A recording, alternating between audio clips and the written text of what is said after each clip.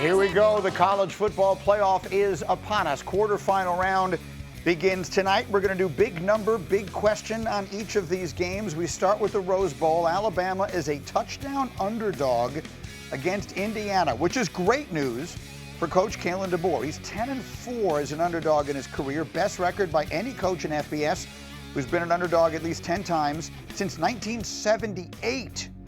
3 and 1 at Bama during that time, including a win in the first round of this tournament against Oklahoma. And so, as we have Jordan and Joey and Josh Pate, the commissioner of college football, joins us as well. Jordan, I'll start with you. Give me the blueprint. How does Kalen DeBoer, how does Alabama pull off what would be a sizable upset tomorrow in the Rose Bowl? Well, they have to be really creative on offense. Ryan Grubb has to have a fantastic plan to get the ball out of Ty Simpson's hand, because they didn't really improve that aspect against Oklahoma. A little bit fluky how they won that game. Ty still had a ton of pressure on him. He did make some big plays, but the ball needs to come out quickly. Josh Cuevas, healthier, their tight end, needs to get a lot of touches in this game. Jam Miller out of the backfield needs to get a lot of touches. They need to find creative ways to keep Ty Simpson clean, because he's their entire offense. They're not going to run the football. Let's not pretend like they're going to suddenly find a run game. It's not going to happen. It's all about keeping Ty Simpson upright. We mentioned, Josh, the numbers on Kalen DeBoer as an underdog are very good. What's at stake for him in this game? Does he need to win this game to silence any of the doubters that still exist down there in Alabama? Greeny, I would say if there are doubters, however big the pocket of doubters are, it doesn't sound like those are the types of people that one singular win would silence. So I would say for the vast majority of people, even amongst Alabama folks, I mean, no one's happy with a loss, but I don't think he needs anything. I think what needs to happen is, sort of the rumors circulating around that program about how they're as healthy as they've been since fall camp, what Jordan just said, the potential that you have, the precision you can play with. You showed it against Georgia on the road earlier this year. If that record Kalen DeBoer has in big games is to be believed, it's because his teams play the best in the biggest moments. So that's what he, needs to do here, because what he stands to lose is an opportunity to play for a championship, and they don't come along very often. So I think that's what he stands to lose, more so than trying to silence any doubt that's out there. How about the Indiana of it all? Joey, you were there in Los Angeles. You're a Big Ten guy. I'm a Big Ten guy. There is something about playing in the Rose Bowl as a Big Ten school, whether it's in the playoff or not. And obviously for Indiana, with almost no significant history in the sport, now all of a sudden to be the #1 team in the country going into this tournament. How do you expect them to handle what is a very different role for this program? They've had an amazing 2-year run under Coach Cignetti, and last year sort of felt like, okay, pretty good football team here. This season feels different for Indiana. The ability to go on the road and beat Oregon, the ability to make the plays at the end of the game to beat Penn State, the ability to win the Big Ten championship game against Ohio State, which was #1 in the country at that time. This Indiana team feels a little different. Mendoza winning the Heisman Trophy. They're excited to be here. I've been here for a couple days now. All I see is Indiana fans all around me. And so I know that this team appreciates this moment. Now can they take this next step? They'll be favored in this game. And this is a place that Indiana just hasn't been in a situation. Think about it.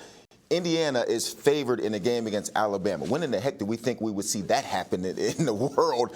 And so I know they appreciate this, but this is a different Indiana team. They've been here. They've been in big moments. I expect them to play well. Yeah, Indiana in the tournament summons up memories of Bob Knight, not of anything else. So we'll see how they're able to handle this situation. They've been the best team in the country all year long. We'll see if they can prove it tomorrow. Next big number, big question is tonight's game, Miami and Ohio State. Carson Beck, 14-3 in his career against ranked opponents, 5-0 while at the U. His 14-3 record is the 3rd best by any quarterback in the last 20 years. He trails only Joe Burrow and Jalen Hurts. So obviously very good company that he keeps. Joey, how much of a factor do you think Carson Beck's experience, particularly big game experience, is in tonight's matchup with Ohio State? So hard to tell with Carson Beck. We've just seen him be a really good quarterback, but we've also seen him not be so great. In their 2 losses, Jordan mentioned earlier, he had 6 turnovers in those games. The key is taking care of the football, but I think in this game, it's going to be not just taking care of the football, but he's going to have to make some plays. The 100 yards that he had passing to beat Texas A&M, that's not going to work against Ohio State. The one thing he did is he took care of the football. But you can also be too careful. He's going to have to make some plays throwing the ball to beat Ohio State. Josh, we didn't have you as we were talking about this game a little bit earlier. There's a feeling that I've had from a lot of people here that the fans at Miami, maybe the players and the team feel disrespected. They're almost a double-digit underdog. What is your sense of this game?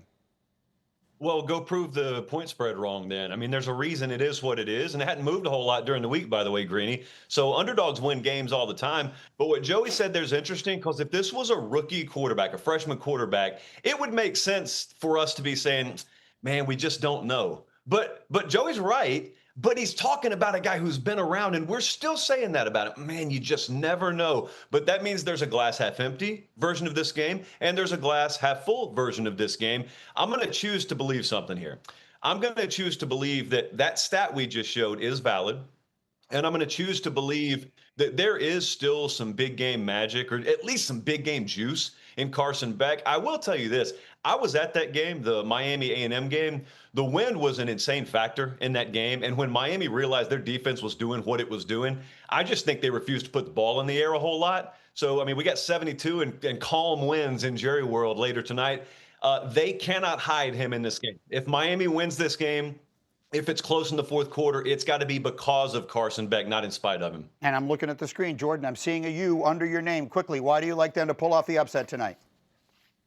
Well, I think because this version of Carson Beck that we've seen the last 5 games has shown the experience of protecting the football, making smart decisions, and that has to be the Carson Beck that we see against Ohio State. And I think they trust this defense with Ruben Bain and Akeem Mesidor to get after the rookie quarterback in Julian Sayin, who's in this big moment for the first time after a loss against Indiana in his first real big moment. So that's why I like Miami.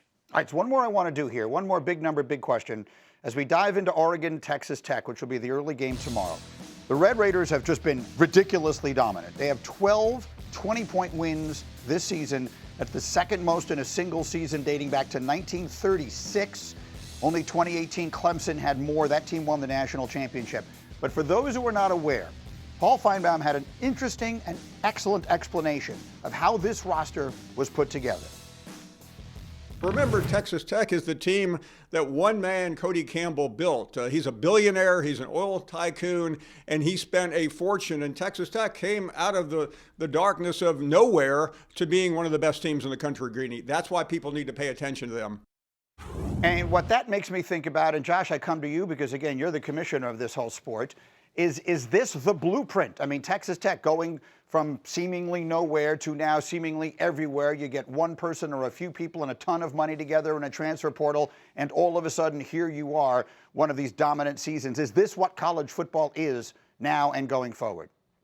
It's a window. It is what college football offers you the ability or opportunity to do in this window. But as far as the blueprint, no, this is not and never will be the blueprint for building a contender. The difference is, like, if you think in terms of building codes, you would build a 3-story house different in Athens, Georgia, than you would in Lubbock, Texas, for a million different factors in play.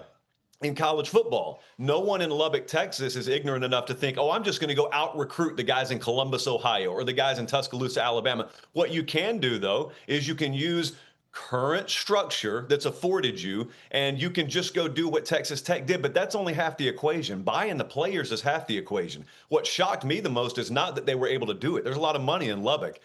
To bring those guys in and to have it gel into a real high level, like culture-based functional team this year, that's been the magic trick. Because the fallacy is, oh, all you got to do is go buy players. There are a lot of places with good players that just got coaches fired this year. LSU's one of them, by the way. You don't think they spent in the portal? And so Texas Tech did what they did, but then Joey McGuire swore to me in spring, I think you'll be really surprised with how we put this roster together at what the team looks like this fall, and he was right about that. Joey, quick take on this. You've been covering the sport forever. You played the sport at the very highest level. What's your take on this? I think every year we see the same thing. Josh had mentioned, you see a lot of people spend a lot of money. And at the end of the day, only one team's going to win it all, and that means the rest of them are upset. How many times can you keep running this back? How many times are people willing to jump in and say, hey, let's spend this kind of money, let's go get this kind of roster? Because you're right. You look at the other teams out there, teams that didn't get in the playoffs, they spent just as much money. And so we see it work out. We see it work out for Ohio State last season. We all talked about how much money they spent. They won a national championship. Everybody else that spent that money was upset that they spent the money and didn't get the win. So it'll be interesting to see how many times you can go find a billionaire that's willing to run this back. If you get to the end and you're not that team standing with the national championship, now how do you feel about that money? Because half your roster's leaving after that, and someone else is going to pay them. And Jordan, final word from you, Jordan Rodgers. Yeah, I think Texas Tech definitely was able to buy a roster that has 10 or 15 guys that are as good as anybody in the country. The problem is the teams that sustain success and compete for national championships year in and year out have better top 40 players on their roster than any other. And to do that, you have to recruit high school. You have to develop physicality and size. And I think that's the biggest difference you're going to see in this playoff with Texas Tech is the size and physicality and depth of that at the line of scrimmage. That is the difference with the Ohio States, with the Georgias, with the Oregon that they're going to face. That to me is the difference. You can build guys that can contend and have talent and be a flash in a pan, but sustaining that requires a different approach. Big picture and little picture questions as we look forward to the College Football Playoff, which continues tonight. Quarterfinals on ESPN and the app. Tonight, Miami, Ohio State. Tomorrow, Oregon, Texas Tech. Alabama, Indiana. Ole Miss and Georgia. Spectacular couple of days of college football, and it's all here on ESPN. You want this, you got that. No way, watch them walk right past you. Run fast while you have the chance.